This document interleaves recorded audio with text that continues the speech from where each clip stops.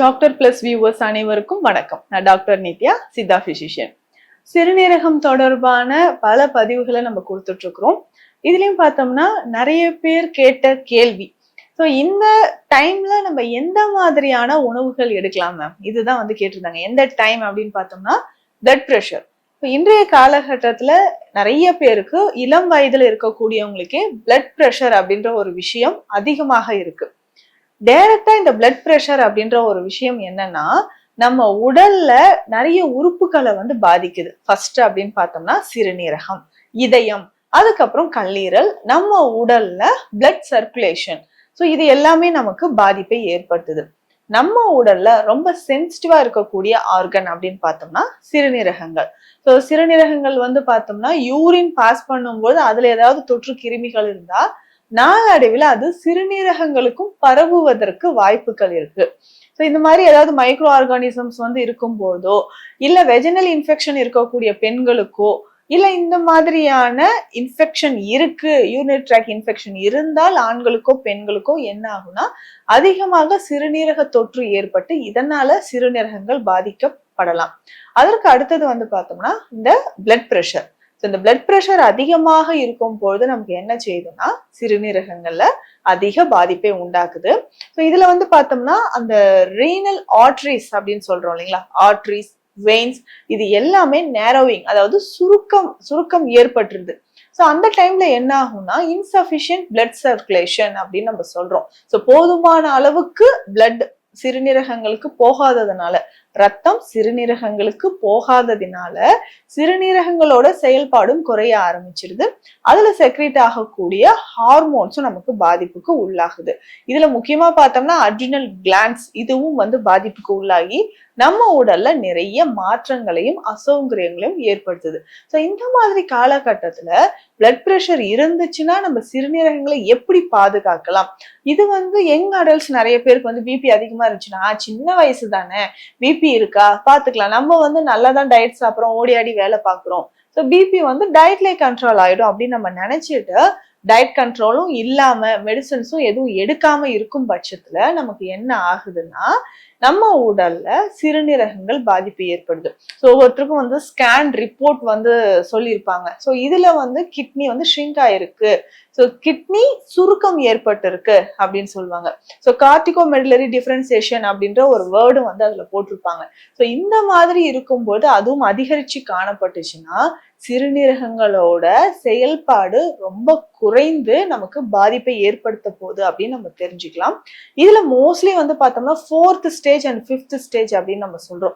So இது ரெண்டுமே நமக்கு கொஞ்சம் கிரிட்டிக்கலாக, அதாவது உடலுக்கு வந்து பாதிப்பை தரக்கூடிய மாதிரி அமைஞ்சிரும் அந்த ஸ்டேஜ்ல இருக்கக்கூடிய நபர்களுக்கு.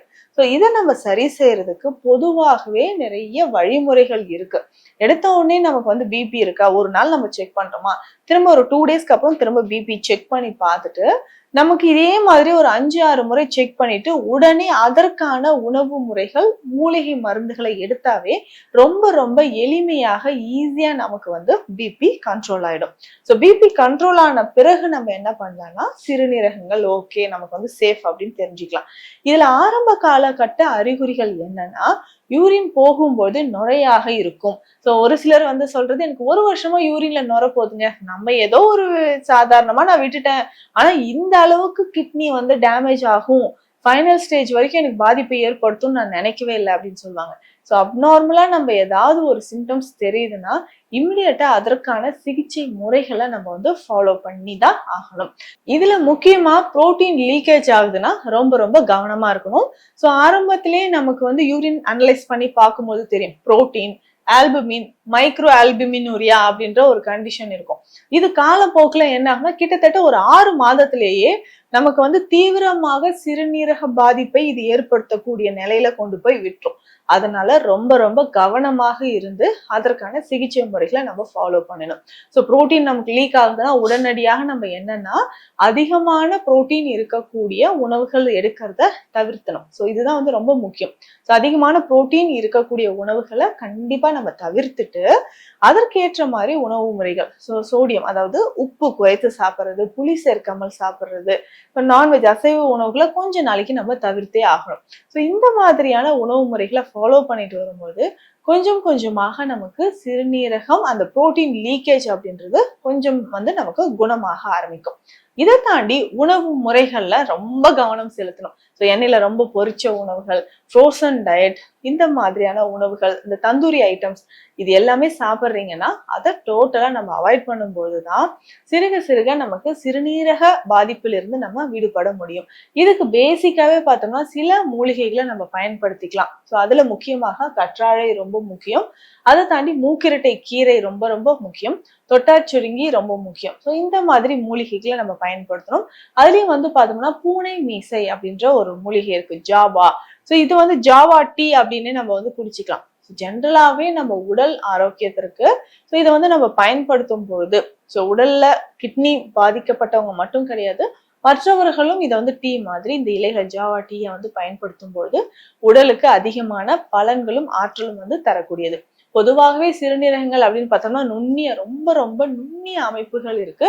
அதுல நிறைய எக்கச்சக்கமான ஃபில்டர் மாதிரியான அமைப்பு, குளோமருலை அப்படின்னு சொல்லுவோம்.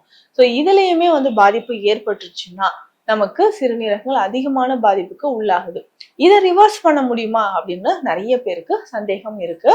தகுந்த சிகிச்சை முறைகளும் உணவு முறைகளும் நம்ம ஃபாலோ பண்ணும்போது எந்த அளவுக்கு நம்ம உடலும் கிட்னியும் மெடிசின்ஸ் அப்சர்வ் பண்ணுதோ அதற்கு ஏற்ற மாதிரி நமக்கு நல்ல ரிசல்ட் கிடைக்கும். ஸோ சித்த மருந்துகள் எடுக்கும்போது சைடு எஃபெக்ட்ஸ் இருக்காது.